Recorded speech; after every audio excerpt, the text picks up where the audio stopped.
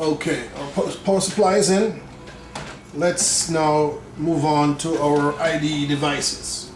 CD-ROM, DVD-ROM, whatever. Here's our floppy drive. And the floppy simply slides right in here. Clicks into place, that was easy. Then we'll put our DVD, our Sony CD player in.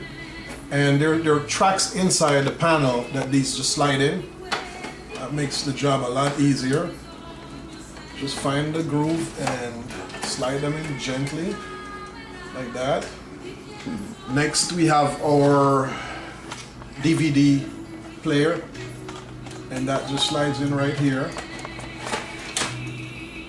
Okay. So now we have our DVD in, our floppy in.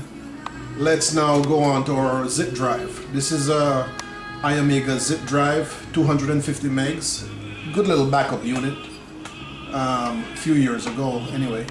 We're gonna now move on to the bracket, installing the bracket so that it can fit in a full-size bin.